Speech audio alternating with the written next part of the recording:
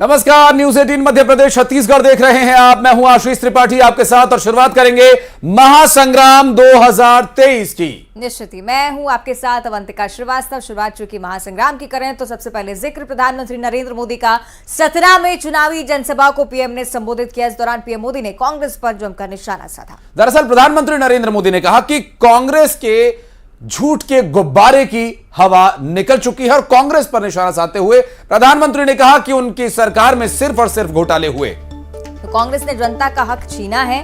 PM Modi ने यह भी कहा, साथ ही तंज भी कसा कि कांग्रेस में कपड़ा फॉर पॉलिटिक्स चल रही है, जहां सभी अपने बेटों को सेट करने में ही जुटे हुए हैं।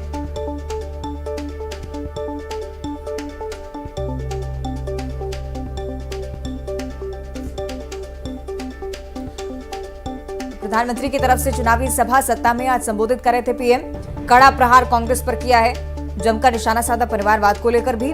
साथ ही साथ सतना की जनता से अपील की है कि भारतीय जनता पार्टी को अगर आप वोट करते हैं तो आगामी समय में विकास की इबारत लिखने के लिए पार्टी पूरी तरह से तैयार है। पहले जो आशीर्वाद चलता है वो इस बार भी प्रधानमंत्री ने देने की कामना की है। साथ ही साथ कांग्रेस पर लगातार तंज कसते नजर आए हैं। अपने अपने बेटों को सेट करने में कांग्रेसी नेता जुटे हुए हैं। ये बात भी कही, कपड़ा फाड़ पॉलिटिक्स का भी जिक्र उनकी तरफ से, जो कि बीते दिनों मध्य प्रदेश कांग्रेस में देखने को भी मिला। अवंतिका, चूंकि आज जब कार्यक्रम सतना में शुरू हुआ उस वक्त ये जो तस्वीर हम अपने दर्शकों को दिखा रहे हैं, उस वक्त वहां के स्थानीय कलाकारों को वहां की जो एक अनोखी कला है और एक संगीत जिससे न सिर्फ हर व्यक्ति जुड़ता है, हर जीव जुड़ जाता है, कहूं तो गलत नहीं होगा। ये वहां का एक अनोखा वाद्य यंत्र है जो वहां के स्थानीय लोगों द्वारा बजाया जाता है और इससे भी लोगों को कनेक्ट किया और प्रचार किया।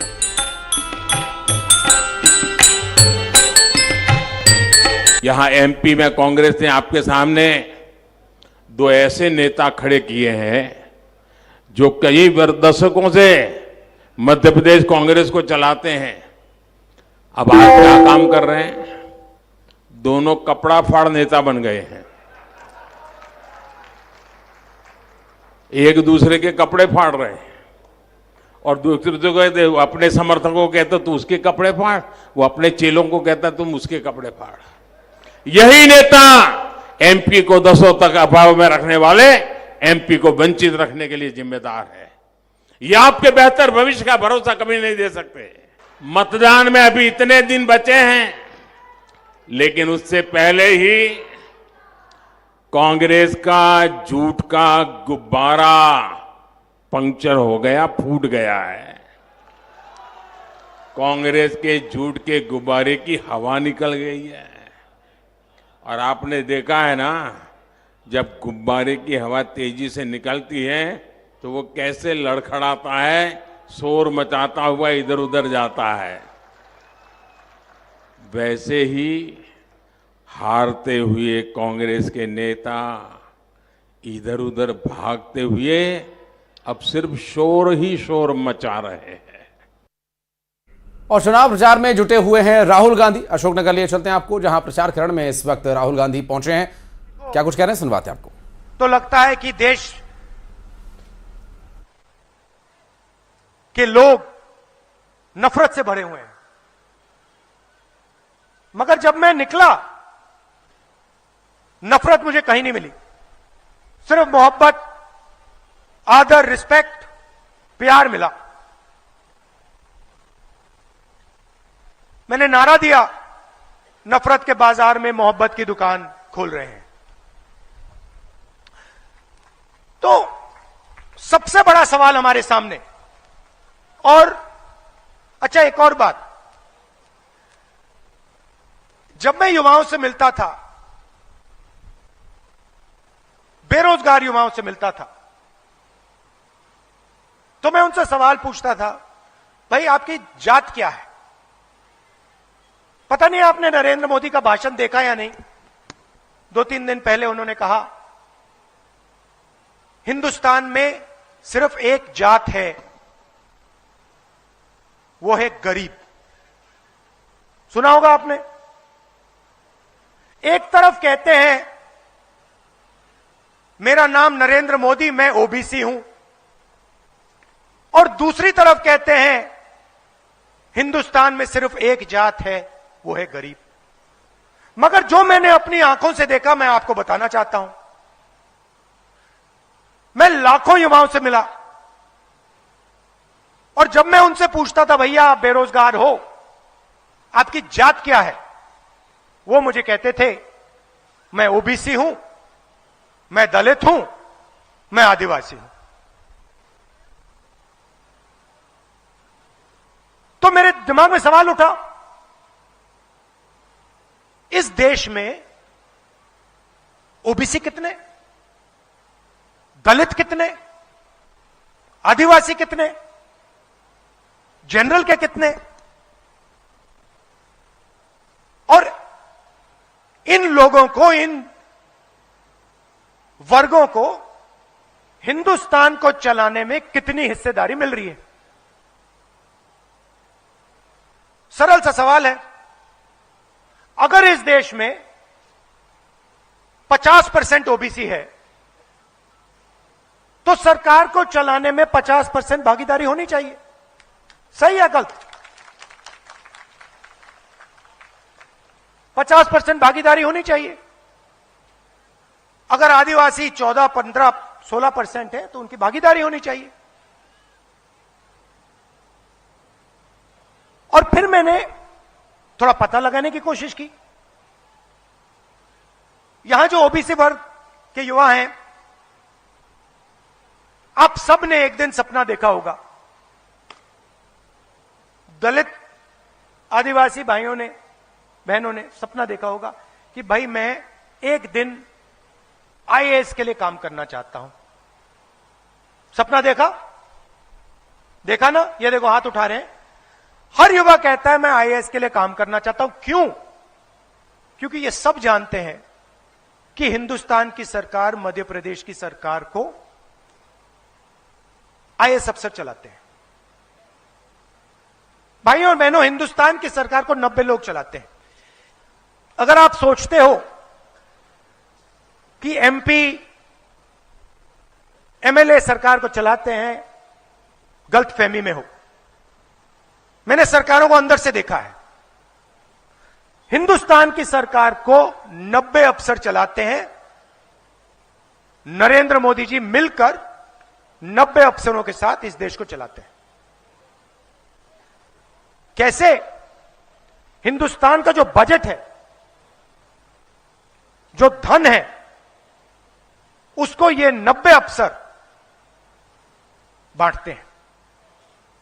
बजट में सड़क के लिए कितना पैसा जाएगा? 90 अफसर। बजट में वायुसेना को, सेना को, नेवी को कितना मिलेगा? 90 अफसर। आदिवासियों को शिक्षा के लिए कितना पैसा मिलेगा? 90 अफसर। ओबीसी युवाओं को कितने लोन मिलेंगे? कितना पैसा जाएगा? 90 अफसर। सारा का सारा बजट जो बढ़ता है, ये 90 अफसर इसको बांटते हैं। तो मैंने सवाल अपने आप से पूछा कि भैया इन 90 अफसरों में से ओबीसी कितने, दलित कितने, आदिवासी कितने?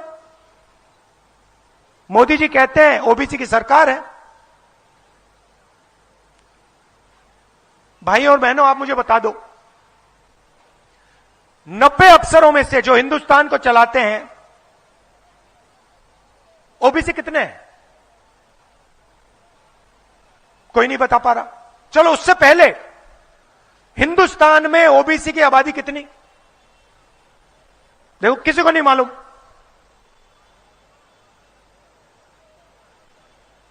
हिंदुस्तान में ओबीसी की आबादी कितनी, किसी को नहीं मालूम। हिंदुस्तान में 90 अफसर जो देश को चलाते हैं, उसमें ओबीसी कितने, किसी को नहीं मालूम। अच्छा भैया ये बता दो, हमारा जो बजट है लाखों करोड़ रुपए का, उसमें ओबीसी अफसर कितना निर्णय लेते हैं? कोई नहीं बता पा रहा। सन्नाटा है। मैं बताता हूं, 90 अफसर में से 3 अफसर ओबीसी वर्ग के हैं। और अगर हिंदुस्तान का बजट 100 रुपए का हो तो ओबीसी वर्ग के अफसर 5 रुपए का निर्णय लेते हैं। अब आप मुझे बताओ, अगर 90 में से 3 अफसर निर्णय ले रहे हैं और ओबीसी वर्ग सिर्फ बजट के 5% पर निर्णय ले रहा है, तो आप मुझे समझा दो कि ओबीसी वर्ग की शिक्षा के पैसे कहां से आएंगे, कैसे आएंगे, कब आएंगे। आप मुझे समझा दो ओबीसी वर्ग की प्रगति कैसे होगी। जो देश को चला रहे हैं उसमें आपका एक आदमी नहीं है। अच्छा, ओबीसी की बात की, आदिवासियों की बात करता हूं। अगर हिंदुस्तान के बजट में 100 रुपए खर्च होते हैं तो 5 रुपए ओबीसी वर्ग के अफसर निर्णय लेते हैं। भाई और बहनों, आदिवासी वर्ग के अफसर सिर्फ 0.1% डिसीजन लेते हैं। मतलब अगर हिंदुस्तान का बजट 100 रुपए का हुआ तो आदिवासी अफसर 10 पैसे का निर्णय लेते हैं। अब जैसे ही मुझे यह बात समझ आई, मैंने इलाज निकाला। मैंने कहा देखिए, सबसे पहला कदम यह है कि इस देश में ओबीसी कितने, दलित कितने, आदिवासी कितने, यह हमें पहले पता लगाना पड़ेगा। पता लगाने का तरीका जाति जनगणना। जाति जनगणना के बाद पूरे देश को पता लग जाएगा कि भैया इस देश में ओबीसी इतने, दलित इतने, आदिवासी इतने, और फिर सब वर्ग को सरकार चलाने में भागीदारी मिल सकेगी। ओबीसी युवा आज भटकता है सड़क पर, बेरोजगार मिलता है। इसका कारण कि सरकार को चलाने में आपकी कोई भागीदारी नहीं है। अगर आपको सरकार चलाने में भागीदारी होती, आपके लोग यहां बेरोजगार नहीं दिखाई देते। मैं छोटा सा उदाहरण देता हूं। छत्तीसगढ़ में हमने निर्णय लिया कि जो छत्तीसगढ़ का किसान है उसे हम छत्तीसगढ़ का फाउंडेशन की नींव बनाएंगे। और हमने 2-3 ऐतिहासिक निर्णय लिए। पहला निर्णय, छत्तीसगढ़ के किसानों का कर्जा माफ होगा। और जैसे ही हमारी सरकार बनी हमने कर दिया। दूसरा निर्णय, छत्तीसगढ़ के किसानों को, वहां धान ज्यादा उगता है, छत्तीसगढ़ के किसानों को 2,500 रुपए प्रति क्विंटल धान के लिए मिलेगा और वो बढ़ता जाएगा, वो रुकेगा नहीं। तो पहले 2,500 था, आज छत्तीसगढ़ में 3,200 रुपए प्रति क्विंटल धान मिलता है। अब बात समझिए, मैं बहुत गहरी बात बोल रहा हूं। उसके बाद हमने कहा,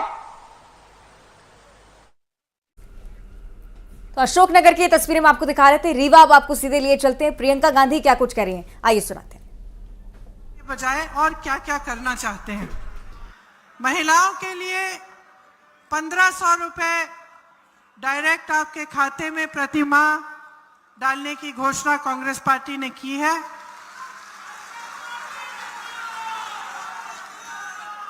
गेहूं का समर्थन मूल्य 2600 तक बढ़ाया जाएगा। धान का समर्थन मूल्य 2500 तक बढ़ाया जाएगा। किसानों के कर्ज माफ किए जाएंगे। इससे पहले भी किया था और हमारी सरकारें अन्य प्रदेशों में कर रही हैं। 100 यूनिट बिजली माफ होगी, 200 यूनिट बिजली बिल हाफ होगी, मतलब आधी होगी। पुरानी पेंशन सरकारी कर्मचारियों के लिए जो पुरानी पेंशन है वो प्रदेश में लागू होगी। अभी हाल में छत्तीसगढ़, राजस्थान, हिमाचल में लागू है, वहां हमारी सरकारें हैं। गैस का सिलेंडर 500 रुपए में आपको मिलेगा। 5 हॉर्स पावर की सिंचाई की बिजली मुफ्त मिलेगी। ओबीसी वर्ग के लिए जो आरक्षण है वो बढ़ाया जाएगा 27% तक। यहां प्रदेश में जातिगत जनगणना की जाएगी। 2 लाख सरकारी पद खाली पड़े हैं, उन्हें जल्द से जल्द भरा जाएगा। जो बच्चे प्रतियोगी परीक्षाएं देते हैं, उनको फीस भरनी पड़ती है। और अक्सर क्या होता है, आजकल बहुत हो रहा है कि जो ये परीक्षाएं हैं इनमें घोटाला हो जाता है। तो बच्चा परीक्षा देता है, उसके बाद उसको फिर से दोबारा फीस भरनी पड़ती है, दोबारा देना पड़ता है। तो हमने तय किया है कि जो प्रतियोगी परीक्षाएं हैं वो निःशुल्क होंगी, उसमें 100% फीस की छूट होगी। परिवार सहित 25 लाख रुपए का स्वास्थ्य बीमा होगा। आज राजस्थान में हो रहा है, बड़े बड़े हार्ट की सर्जरियां भी मुफ्त में हो रही हैं इस बीमे के जरिए। राजस्थान में हो रहा है, हम चाहते हैं कि मध्य प्रदेश में यही पॉलिसी लागू हो। यहाँ पे भी आपको 25 लाख रुपए तक स्वास्थ्य बीमा मिलेगा। और अगर दुर्घटना में आपको चोट लग जाए या कुछ हो जाए तो उसके लिए 10 लाख का बीमा होगा। पढ़ो और पढ़ाओ योजना में कक्षा 1 से 12 तक बच्चों को निःशुल्क शिक्षा मिलेगी। 1 से 12 तक निःशुल्क शिक्षा और 1 से 12 तक अलग अलग ग्रुप्स में, मतलब 1 से 12 शायद 1 से 8वीं क्लास तक 500 रुपए प्रति माह मिलेंगे। उसके बाद 9 से 10 शायद 1000 रुपए का है और 10 से 12 1200 या 1500 रुपए का है। हर महीने उन बच्चों को, मतलब उनके परिवारों को दिया जाएगा जो स्कूल में जा रहे हैं, क्योंकि उससे फिर जो स्कूल के लिए जो चीज़ें खरीदनी होंगी, पुस्तक, स्कूल बैग, बोतल, ये सब जो भी चीज़ें खरीदनी होंगी उन पैसों में से आप खरीद पाएंगे। तो ये है पढ़ो और पढ़ाओ योजना। अब ये थी हमारी घोषणाएं। अब मैं अपना भाषण शुरू करती हूँ। देखिए, कल मैंने खबरों में देखा था, कहीं पे लिखा था कि अब विंध्य के जो लोग हैं वो भाजपा से ऊब चुके हैं। सच है कि नहीं है? लग तो रहा है। क्यों ऊब चुके हो? 18 साल से तो इनकी सरकार ला रहे हो। झूठ बोलने की आदत है। बेरोजगारी है और महंगाई है।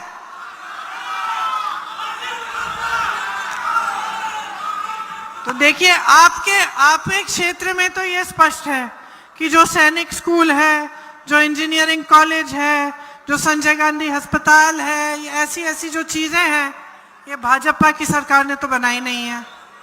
सच बात है, सच है। आप कह रहे हैं बेरोजगारी है, आप कह रहे हैं महंगाई है, आप ये बात, मोटी बात ये कह रहे हैं कि आपके जीवन में खूब संघर्ष है।